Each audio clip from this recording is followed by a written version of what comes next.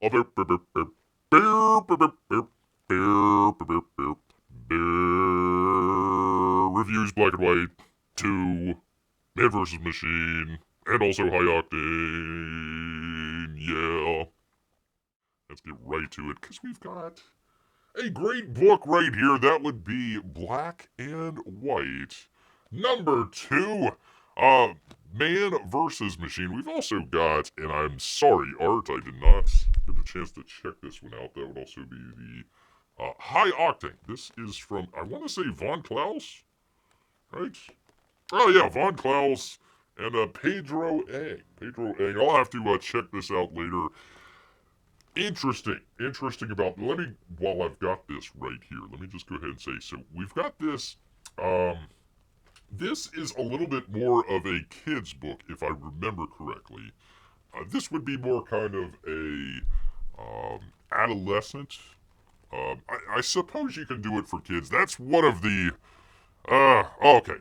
People, I've got issues with Black and White. Let's go ahead, just jump right on into it. A good book. I enjoyed the book. We'll get into the story here in just a minute, but first off, I Beer has mixed opinions. Number one, essentially how to kind of review some of the stuff. New Comics Gate 2.0, 3.0, whatever the heck you want to call it. Originally Bear, a little bit more of an activist, a little bit more out there, kind of rah rah rah. I liked all the guys out there. Want to make sure that they get their books out and get a good amount for them as well, so it's worthwhile and everything. So a lot of times you want to do rah rah rah stuff. The flip side of it is now a lot of people are reviewing books and it's like, okay, everything's, fake and gay and all this other stuff and yada yada yada, and you're nitpicking at every little thing. I don't want to do that either. But Beer has in the past, very briefly, people, very briefly, worked out with Art Thibert. He's right in the book here. Worked out with Art just very briefly on a small little video that he was making for, I believe it was his other campaign. I believe it was for Chrono Mechanics, if Bear remembers correctly. So a little thing with that.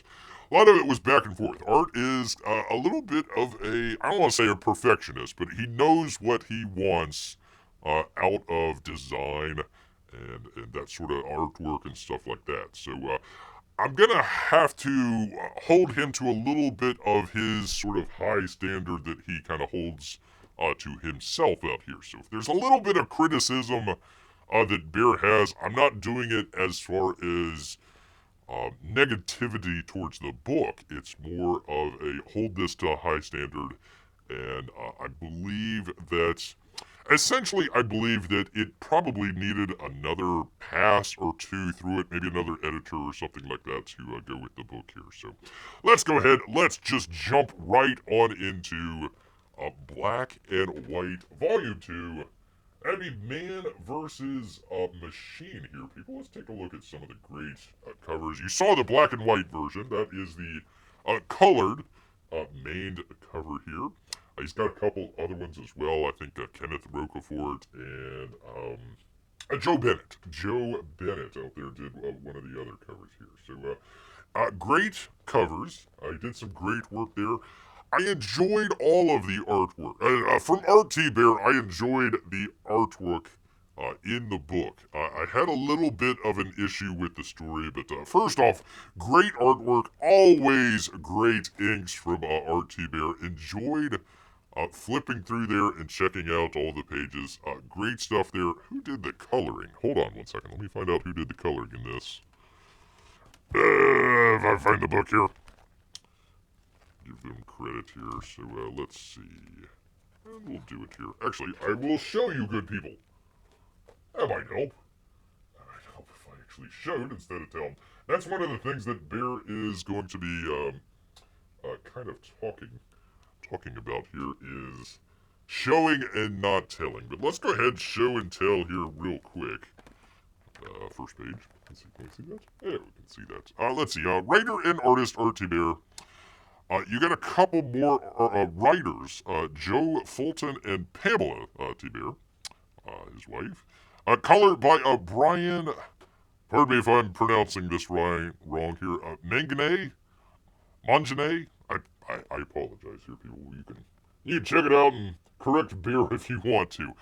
He did some great coloring in here. I really enjoyed the coloring that they did here. Some great stuff. Let's see. Letters. Kurt Hathaway. We'll circle back to that in just a second. Created by Art and Pamela Thibert. With art assist by Russ Leach and Alan Patrick. Alan Patrick there. At Heck Check Studios, if you can see that. There we go. There we go. So, I thought this was great. It's a kind of a thick book. I don't know exactly how many pages this is. I like the colors in here. Look at there. Great coloring that they did. Greens and purples and all that sort of stuff. I really liked the coloring. I liked the artwork that he had in here. I don't know how many pages that is. I want to say 40, maybe like 60 or so pages out of there. One of the things that threw Bear off with the story that he has here, we're picking up right where we left off on Black and White 1. I really enjoyed Black and White 1. So we're basically picking up right at the end of Black and White 1. There was a big fight. I believe it was like a brewery. The brewery was supposed to be like a front. They're making these, let me see if I can find it here. They're making the robots, giant robots out there that they're making. So they went to this, I want to say brewery or a front. It was a factory essentially. I am not finding any. Where are all the robots? Bear, come on, man. There's one right there. Kind of one of the giant robots there. Focus, you! There we go. Anyway, so they were manufacturing giant robots. So we pick up right where they left off at the end of Black and White number 1. It's Black and White. So Black and White is Reed Blackett and I want to say Whitney. It would be helpful if I wrote this down, but anyways, White is the other character there. So they're kind of like an odd couple, I would say. A little bit. There's Reed and there is Whitney there. Let me see if I can find it here in the comic. There they are. So it's a little bit like, I would say, kind of a futuristic James Bond. He works for, I want to say, like MI9 or something like that. It's sort of like a intelligence service that mainly concentrates on robots. So they were out there. They went to China. He went to China, met up with Whitney. They had these power suits that they have on here. They were able to take on the main bad guy. Where is he? Where is JC, who I kept calling Jesus Christ in the last review? There's JC right there. I want to say like Jason Chang or something like that. I kept calling him Jesus Christ because he kept going by JC. Anyways, they were doing battle with old JC out here. They went, oh, there's a butt shot right there. There we go. I told you there was some great artwork here. I told you, people. Anyways, so they end up fighting with JC and his minions, took everybody out. So we start off the book literally right where they left off. This is his kind of handler fella here that kind of handles stuff in the background. What was his name again? It would be helpful if I wrote these stuff down, but this was Uncle Yi, Mr. Brooks. Mr. Brooks, that's right. That's what his name is. So anyways, kind of Black's handler out there. So they fought the robots, and they continued to fight. And so they do all this sort of stuff here. Let me get to it. And they finally, like literally defeat like the robots and everybody kind of pretty quickly into the pages here. I want to say it was maybe 10 or 12 pages in. And there's the other robot right there, giant robot. There we go. So they fought all these guys. There's the giant robot finally. Some great one-page spreads. Although JC continues to say, I am God through the entire book. He literally says he's the Messiah at one point. And he's black. No, he's back. He's back. He's not black. There's another guy named Black. Anyway, so they go through there, do their business, yada, yada, yada. One of the complaints that Bear has here is, let me see if I can find it where it gets to the very end. 1 second here, people. Claws just aren't what they used to be. Let's see if we can get to the section that Bear needs to get to here. No, I think this was the end. Okay, there was the end. Pardon me, people, pardon me. Anyways, there we go. There is the end of basically the end of the story of essentially the first book. So that was maybe 6-8 pages, something like that. And then you get the rest of the book here. The problem with this is, I think, and I'm not exactly sure, Bear is not exactly sure how he kind of paced the story here.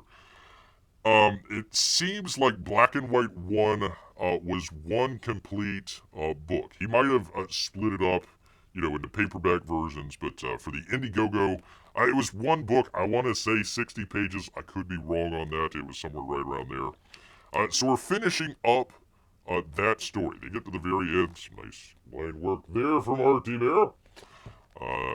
So they get to the end of it, and as I get to the end of this, I'm like, okay, great. The story has been concluded. Yay! But then it goes on. It continues. It goes on and on and on and on and on and on and on. So I'm not sure whether or not when Art was coming out with this is actually from the 1990s, the very early 1990s with Image Comics. So I'm not sure if this was supposed to be like a 15, maybe 20-page book, and then the actual book here is divided into like 3 sections. It seems like there's 3 chapters in here. Spoiler alert for those of you out there, JC dies like 3 different times. He dies, he comes back. He's literally Jesus Christ, people. He dies, he's resurrected. He dies, he's resurrected. He dies, he's resurrected yet again. So you're basically getting the same story throughout all of these pages here. They're just fighting in a different location. So I'm not sure if he kind of had to splice in 3 separate books into one kind of main book here. I'm not really sure how that worked out, but that was one of Bear's complaints, is basically the story kind of just repeated itself over and over and over again. We thought, we'd killed JC, and there he is back again. Like, I thought we got rid of you the second time. Now we gotta get rid of you the third time. So there he is, once again, coming back from the dead, and making mayhem, and hello, look at there. That's the end of the book. So that is the end of the book right there. So there we go. There is kind of the quick and easy story that we have behind it. So I was a little bit off with the story that he was trying to tell, because it seemed like after the first section that he had there, it was a great ending point.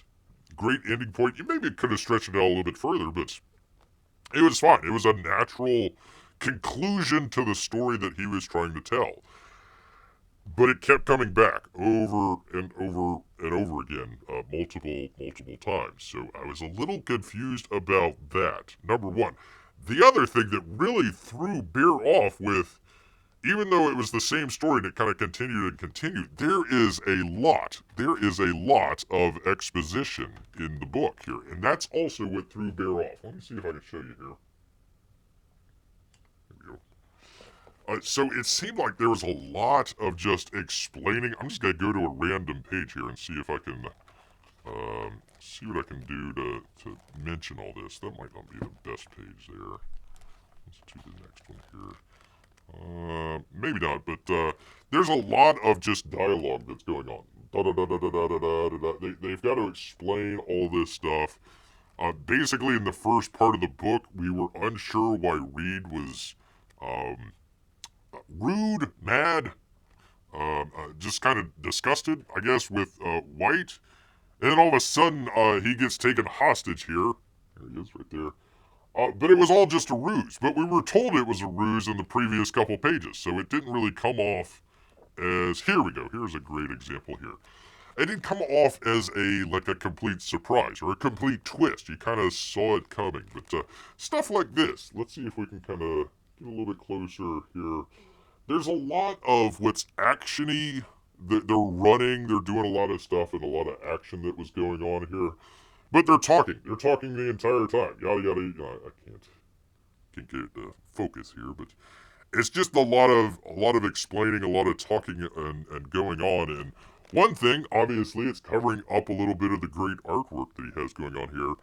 The other, kind of like this kind of panel right here. I don't know if I'm reading it wrong or whatever. You know, basically, you're kind of coming across the page. You're reading across the page here. You're getting to the very end bubble here, and then your eye kind of normally kind of comes down here to this area, but it's actually dialogue box over here that you gotta check out. So Bear's eye was just kind of bouncing a whole lot back and forth through the page here. That it got a little bit out of whack. There were some also panels that you'd have a panel over on one side, and then all of a sudden the action was on the other side, and your eye was over in this general area, but then you were coming across, so it was like a Z almost that you were doing. So I don't know if Bear is just reading the comic the wrong way. Maybe some of you more expert comic readers out there would be a little bit better with it, but it just seemed like that there was just a whole lot of explanation and dialogue, and with Art doing just a great job with a lot of the artwork that he has here, I would have just enjoyed a little bit more show rather than tell. Just show me what's going on. Don't over-explain stuff, which is kind of weird because he kind of ended after the first 10 or 15 pages or so. I thought that was a great ending, and then we're continuing on with more and more stuff here. The third thing that Bear was a little concerned about, and let me see if I can find the page here. Yeah, there, it's kind of the end, kind of a natural end with Reed and White there. I was like, okay, a little bit more of a kind of a Danielle Steele romance novel cover there, but okay, looked pretty good. I had an issue here with the tone. I guess you could call it either the tone or maybe the audience that he was going for. Art did a really good thing, and I thought he mentioned this in the past, where he was talking about violence in some of the comics. Hold on just one second here, people. Let me find the page that I need to talk to. So I was a little bit kind of off with the tone or maybe the audience that he was going for. He had kind of a philosophy that if you had a lot of violence in comic books, it's a whole lot easier to be violent against robots than it would be to be violent against people. So, for example, if you were to like take the lightsaber or whatever that they were calling it, like there, use that to behead a robot. Okay, it's just a robot, no big worries. Other than the robot family out there, nobody's crying over it. If you behead a person, that becomes a whole different ball game. Your audience is a little bit different, or essentially your tone is a little bit different. So he did that really well in the first book. There was a lot of action, there was a lot of stuff going on, hand to hand, or him shooting or something like that, and it was against robots. So okay, hey, no worries. It's robots. We can kind of maybe have this a little bit more towards a younger audience, and it would work. It worked fine. In this one, he's literally mass murdering people, like hundreds of people. There's another great, way too long dialogue here. Way too long dialogue. So he's got all these people that have been mass murdered. Not robots, but like people, and like you're seeing like blood, all this other stuff. I was like, okay, if it was for the kids in the first book, then we really took a heavy detour with this book here. You also had Whitney. She's like making out with Chang. Chang like killed all these people, and she's like, making out with him in the next frame out here. It was a little bit off. I wasn't sure whether or not it was just a tone thing or if it was Bear or what the heck was going on, but I didn't quite get where he was where he was going with it. See, there we go. There's a hey, let's make out after we've just like slaughtered all these people over here. Like it didn't. The tone of it didn't make sense, or maybe the audience that he was going for in the first book might not be the same one that was going for in the second book. Again, a lot of dialogue. I did like a little bit of the. You see where it's black? See where it's black there? That's actually black talking to white. So they've got like this. I don't know, ESP, I guess, through the suits that they have, so they can kind of talk to each other like telepathically. So I thought that part, where you can actually see who's being talked to and what's being said without actually seeing the character. I thought that was a really interesting thing there. I like the design that he has, like on the airplanes, and the robots and stuff like that. I thought he did a really great job with that. But once again, I thought the tone or maybe the audience that he was going for was a little bit off. I thought it was a little bit inconsistent. I guess is what Beer is trying to say here. So I liked the book. I liked a lot of the artwork. I'm glad that I got this one where you can see a lot of the line work that he did. Art does some great line work. Some great job with that. Here, I will. This is a card, but I'll show you what it should look like in the colored version. So that's kind of what it looks like. Not too bad. I do like the black and white version of black and white. So once again, and actually, let me show. Show don't tell, Beer. Show don't tell. So a lot of great stuff. A lot of the stickers. Got some stickers. Cards. You got some cards. You got some stickers. He had patches. There's one, and there's another one over here. I got the Inko sticker right here. Pretty cool. He had a pin. Let's see if I can get to that. There we go. There's the pin, the black and white pin. So a lot of great extras that he brought to the campaign, either as extras or, if Bear remember correctly, I got on this early, so there was a version of it that had some of the different stuff. In fact, I think this one. Here we go. The card way back there. I think that one came from the original Image comics. So some interesting stuff with that. I don't know if everybody got the same stuff that Bear did here, but plenty of great extras that Art came up with, including, of course, the High Octane book as well. Once again, this probably is a little bit more of the kids' book.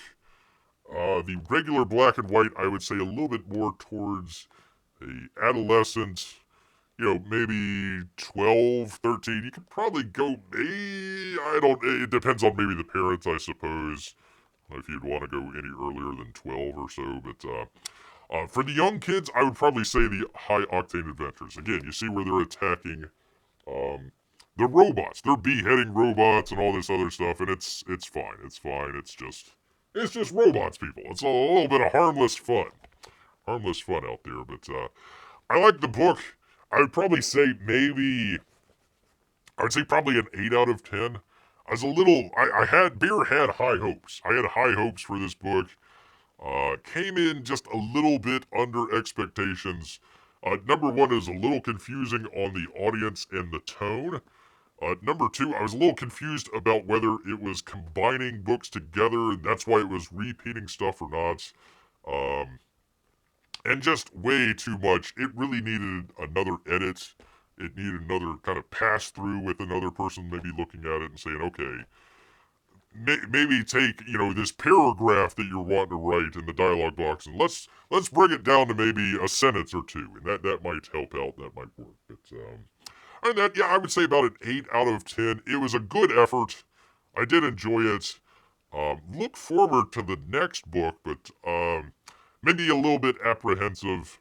I really enjoyed the first book. The second book was, I don't want to say a step down. There's a lot of great artwork, a lot of great stuff. I was just a little confused about the story out there. So that's why, when Bear started off, I was like, well, I want to, compliment and say rah rah rah over all the good stuff, but I know Art does have a very high standard that he kind of sets himself to, so I'm just trying to hold himself to that sort of high standard that he had for himself here. Actually, this is, hold on, let me grab it.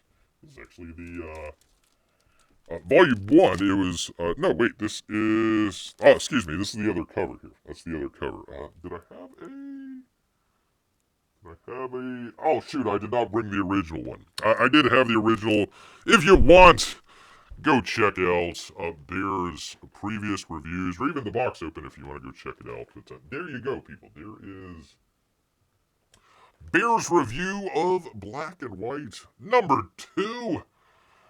Enjoyed it enough, but yeah, it just needed maybe another pass through and maybe kind of tightening it up. Probably the biggest thing, and then Bear was just a little confused about the tone and how it seemed like it was different, like 3 different books that were kind of put together. So I was a little confused about that. Jesus Christ just kept resurrecting himself, so that threw Bear off a little bit. But other than that, good book. Go recommend it maybe to adolescents. Keep the high octane for the kids out there, and I think everybody will be thrilled with what they got there. So keep up the good work, Art.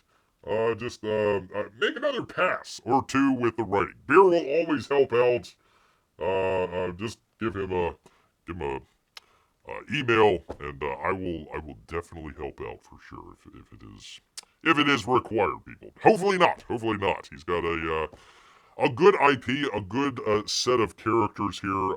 It just needed to be kind of tightened up a little bit. 8 out of 10, people. 8 out of 10. But there we go, people. All right. There's that for old Bear here. Go check it out. Grrrr. Take care. Humans, thank you for watching this video. If you wish to have more, please like and subscribe. And don't forget that bell for notification. It would please Bear very much. You don't want to see Bear bad, do you? Grrrr.